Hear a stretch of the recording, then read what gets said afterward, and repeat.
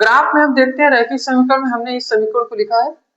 अब इस समीकरण को जब हम तुलना करेंगे तो तीन प्रकार की स्थिति बनेगी। कितनी स्थिति बनेगी? तीन प्रकार की स्थिति बनेगी। जैसे हो सकता है जब हम a1 और b1 का अनुपात करें, जैसे मान लेते हैं अनुपात करते हैं a1 बटे b1 और बराबर ना हो a2 बटे b2। ऐसा हो सकता है कि जो पहले x के साथ और समीकरण 1 x के साथ और समीकरण 2 x के साथ जो संख्या हो और समीकरण a2 y और y के साथ जो संख्या हो, अगर वो बराबर नहीं होंगे तो उसके एक हल निकलेंगे। कितने हल निकलेंगे? एक हल। ठीक। अगर इसका हम ग्राफ बनाएंगे तो ग्राफ कुछ इस तरह से बनाएंगे। मान लेते हैं ये एक अक्ष, ठीक, ये मान लेते हैं x है और ये हमारा क्या है? y। ठीक। जब हमारा एक हल निकलेगा, इसको इंग्लिश में बोलते हैं यूनिक सॉल्यूशन। एक हल को जब एक हल निकलेगा, इसका मतलब एक मान लेते हैं अगर समीकरण 1 के लिए ये मान लेते हैं रेखा गई है और ये समीकरण 2 के लिए रेखा गई है, तो ये जो जिस बिंदु पे काटेगी यही बिंदु हम बोलेंगे एक हल। मतलब हम जब इस स्थिति में आएंगे तो हम ये बता सकते हैं कि जिस बिंदु पे काटेगी वही बिंदु उसका सॉल्यूशन पॉइंट होगा, वही हल बिंदु होगा। ठीक। तो जब समीकरण इस तरह की स्थिति मिलेंगे तो हम बोलेंगे एक हल है। दूसरा देखेंगे ध्यान से, अगर मान लेते हैं कभी कभी ऐसा हो सकता है a1 बटे b1 बराबर a2 बटे b2 बराबर c1 बटे c2 हो जाए। मान लेते हैं तीनों क्या है? बराबर हो जाए। जब तीनों हल बनेंगे अनेक हल बनेंगे। अनेक हल बनेंगे तो इसका ग्राफ कैसे बनेगा उसको समझिएगा। जैसे मान लेते हैं ये हमारा x है और ये हमारा क्या है? अगर मान लेते हैं इस रेखा से ए से एक समीकरण 1 के लिए गई है, इसी के ऊपर समीकरण 2 भी जाएगा, मतलब एक दूसरे के ऊपर ओवरलैप होते हुए जाएंगे। मतलब पहले वाले समीकरण को दूसरा वाला समीकरण क्या कर लेगा? ढक लेगा।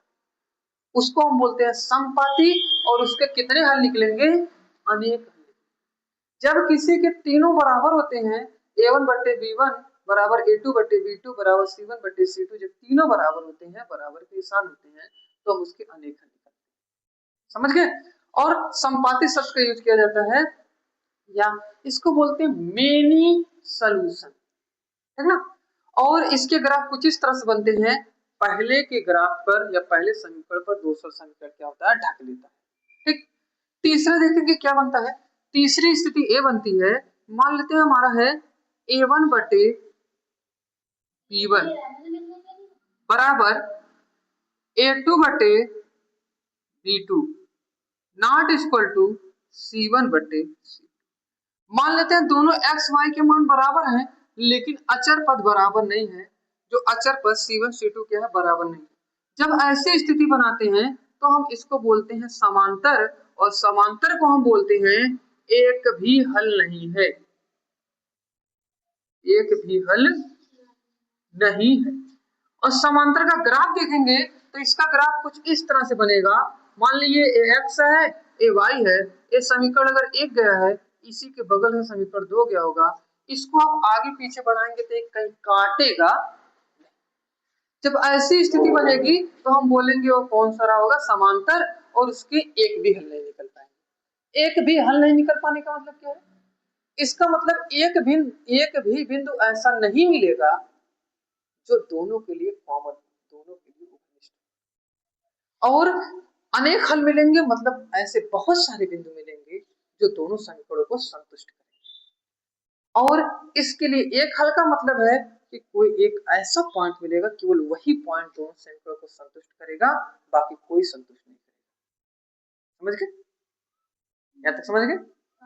अब इसी पे 3.1 का क्वेश्चन और एनसीईआरटी से क्वेश्चन है। अब उस क्वेश्चन पे आते हैं। यहाँ तक तो आपको बात समझ में ग्राफ वाला। एक कभी कभी क्वेश्चन पूछेगा, जानते हैं क्या? अद्वितीय रैखिक। मतलब हमें केवल देख के बताना होगा, आपको ग्राफ नहीं बताना होगा, आपको केवल इस पे तुलना करके बताना होगा कि उसके उत्तर क्या होंगे। इस पे तुलना करेंगे, अगर ऐसी स्थिति बनेगी एक हल, ऐसी स्थिति बनेगी अनेक हल, अगर इस तरह की स्थिति बनेगी तो क्या बोलेंगे? एक भी हल। ठीक ना। तो कुछ क्वेश्चन आएंगे तो आपको ग्राफ बना के पूरी तरह से करना होगा, कुछ केवल तुलना करते हुए आपको करना पड़ेगा। तो हम सबसे पहले आते हैं जो ग्राफ पे सब कुछ बना के बताना पड़ता है उसके, ठीक है। ये चीजें आप नोट भी किए होंगे, कम होती है। अब देखना, बोल रहा है आफ्ताब अपनी पुत्री से कहता है 7 वर्ष पूर्व मैं तुमसे 7 गुनी आयु का था, अब 3 वर्ष बाद मैं तुमसे केवल 3 गुनी आयु का रह जाऊंगा।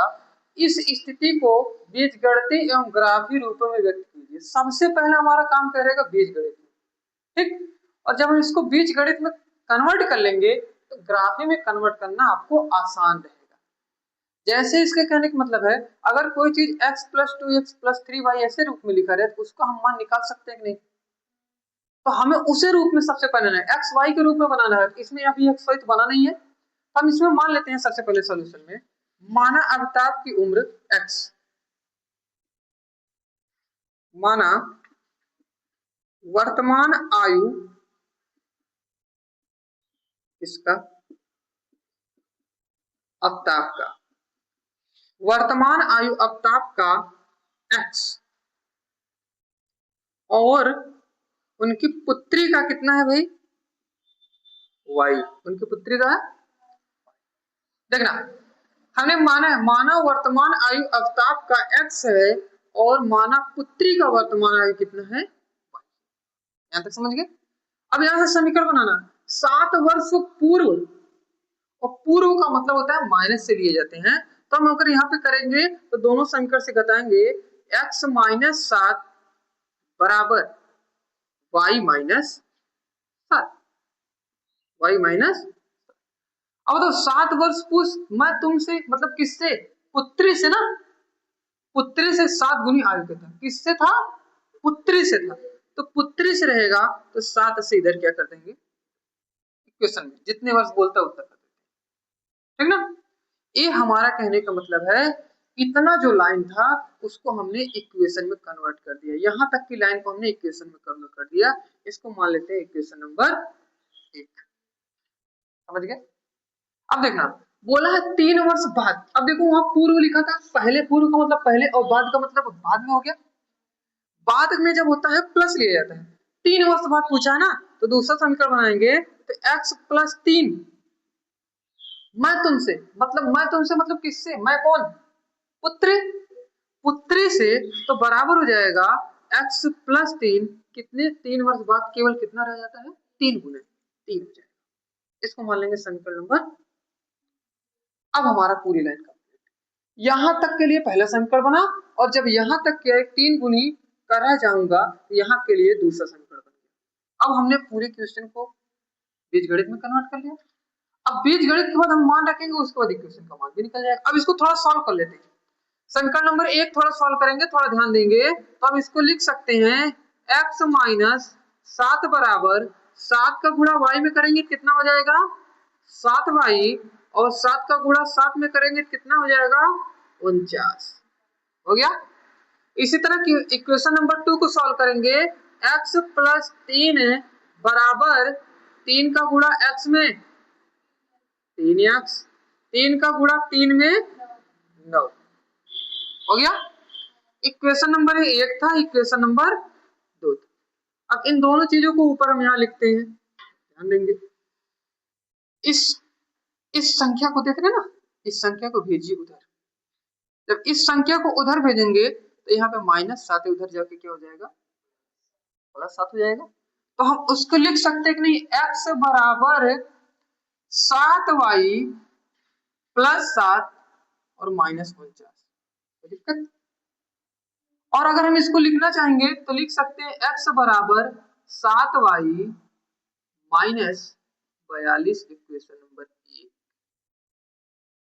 समझ पाए इस चीज को हमने कैसे लिखा है, यहाँ पे 7 यहाँ पे माइनस था, दूसरी तरफ जाके प्लस बना है, और 49 में से 7 घटाया गया तो 42 है, बस उतने किया गया, बाकी सारी चीजें कोई समझ गए। इक्वेशन नंबर 2 ध्यान देंगे तो इक्वेशन नंबर 2 में लिखा है, 3 को उधर लेके जाएंगे तो 3 देखो प्लस में इधर जाके माइनस आ जाएगा, तो हम यहाँ पे लिख सकते हैं, थोड़ा एक गलती हुई है थोड़ा सा, यहाँ पे देखो पुत्री का y है तो यहाँ पे y लेंगे और यहाँ पे भी y लेंगे, ठीक ना, क्योंकि पुत्री की y देखो कितना मानेंगे y, तो यहाँ पे देखेंगे तो हो जाएगा x बराबर, इधर ले जाएंगे 3 तो हमारा हो जाएगा 3y और माइनस सॉरी प्लस हो जाएगा 6, इक्वेशन नंबर 2। यहाँ पे डायरेक्ट हमने कर दिया, आप समझ पाए कि नहीं? 3 इधर प्लस था, उधर जाके माइनस हो गया, हमने डायरेक्ट घटा दिया, 9 में से 3 गया, कितना बचा?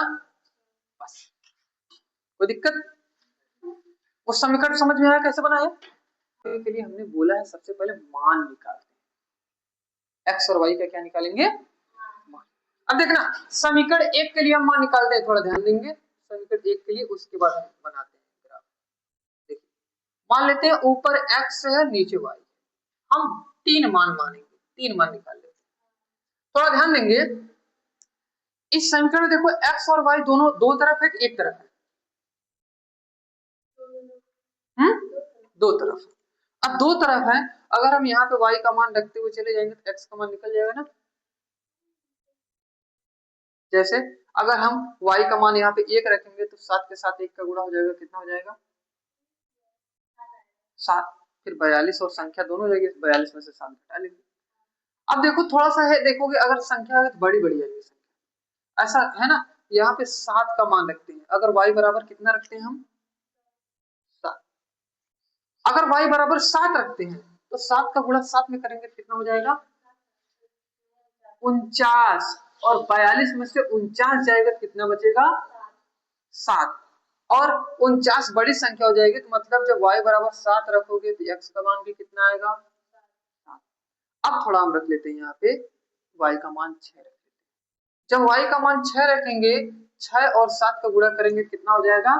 42, और 42 यहाँ माइनस में है, यहाँ पे प्लस में हो जाएगा, तो x का मान कितना हो जाएगा? दोनों बराबर हो जाएंगे।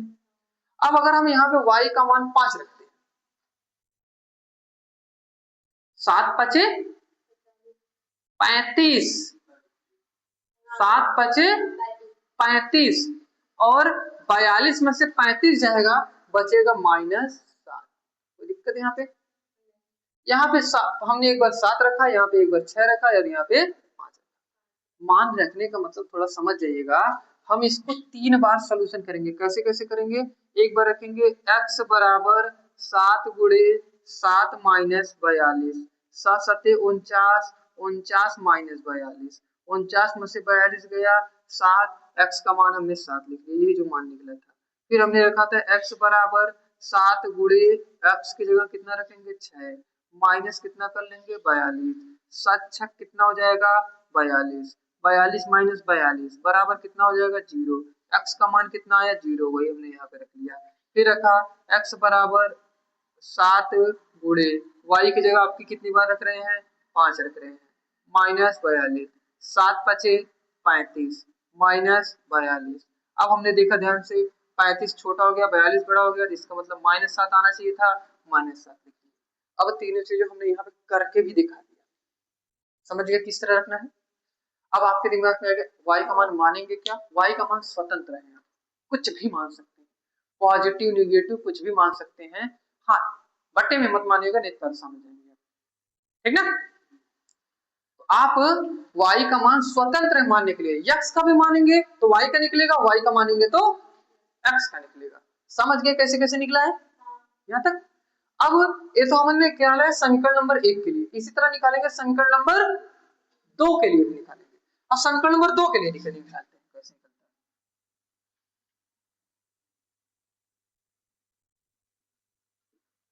है। x मान लिया, ठीक। अब मान लेते हैं यहाँ पे y का मान कितना रख देते हैं? 3। y का मान कितना रखते हैं? सॉरी y का मान अगर रख लेते हैं 1, y का मान अगर 1 रखेंगे तो बताओ 1 का गुणा 3 में करेंगे कितना हो जाएगा? 3, और 6 और 3 जोड़ेंगे कितना हो जाएगा? 9। अब देखो y बराबर रख लेते हैं 2, y बराबर कितना रख लिए? 2। अगर y बराबर 2 रखें तो 3 का गुणा 2 में करेंगे 6, और 6 में 6 जोड़ेंगे कितना हो जाएगा? 12। अगर हमने y का मान रख लिया 3, अगर y का मान 3 रखा, 3 त्रिका 9, और 9 में 6 जोड़ा कितना हो जाएगा? 15। निकलता हुआ चला गया कि नहीं? सेम ऐसे आप इस तरह कर सकते हैं अलग अलग से डैश, ठीक। हम जब ग्राफ खींचते हैं तो ग्राफ में आपको पता होगा 4 चीजें होती हैं, x और x डैश, y और y डैश। एक्स वाले को एक्स पे खींचते हैं, इधर इधर पॉजिटिव नंबर होता है और वाई पर भी पॉजिटिव नंबर होता है। एक्स के विपरीत है तो निगेटिव नंबर, वाई के विपरीत है तो निगेटिव नंबर। ये पॉजिटिव है, ये क्या हो जाएगा निगेटिव। इधर क्वेश्चन में कोई संख्या नहीं था इसलिए इस पे कोई संख्या नहीं दिखाई देगा। अगर आप दिखाना चाहेंगे तो इसमें -1 -2 -3 यही सारी संख्या इस पे दिखा सकते हैं। ठीक, अब देखिए समीकरण नंबर 1 को पकड़िए। समीकरण 1 के लिए क्या क्या मान निकाले उस पर ध्यान दीजिए। समीकरण 1 के लिए x के लिए क्या मान निकाले भाई? x के लिए आपने निकाला है 7, यही है ना, और y के लिए भी क्या है 7। दोनों को ध्यान से देखेंगे, अगर आपने 7 7 दिया है इसका मतलब इसको अगर आप ध्यान देंगे तो इन दोनों का पॉइंट एग्जिट पॉइंट कहीं ना कहीं यहां कहीं कर रहा होगा यहां पे। ठीक, इसके सामने लिख लेंगे हम 7 7, कोई दिक्कत। अगला पॉइंट कौन सा है x के लिए? 6। x के लिए क्या है तो y के लिए क्या है 0, मतलब y के लिए 0 है, x के लिए 6 है, अर्थात वो बिंदु क्या रहा होगा यहीं पे ही रहा होगा। ठीक, तो ये हमारा हो जाएगा x कितना है भाई? x ध्यान देंगे, x है 0 और y है y है 6 ना, तब ये नहीं होगा, y 6 है तो ये वाला होगा। तो हम यहाँ पे दिखाएंगे 0 और 0 का मतलब हम चल ही नहीं रहे हैं x की तरफ, केवल y की तरफ चले हैं, तो y की तरफ कितना चले हैं 6 चले। यहाँ तक हो गया। तीसरा पॉइंट क्या बाबू लिखा है? तीसरा पॉइंट y का मान 5, हाँ x का मान कितना लिखा है -7। x का -7 मतलब यही तो होगा, क्योंकि यही x डैश है -7। y का 5, y यही है, अर्थात थोड़ा ध्यान देंगे तो x के ऊपर ऐसे हम ग्राफ को दिखा देंगे, y के ऊपर ऐसे दिखा देंगे। कौन सा बिंदु मिला? 3 बिंदु मिला कि नहीं? 1 2 3। एक कौन सा मान था? ये हमारा था -7 और 5।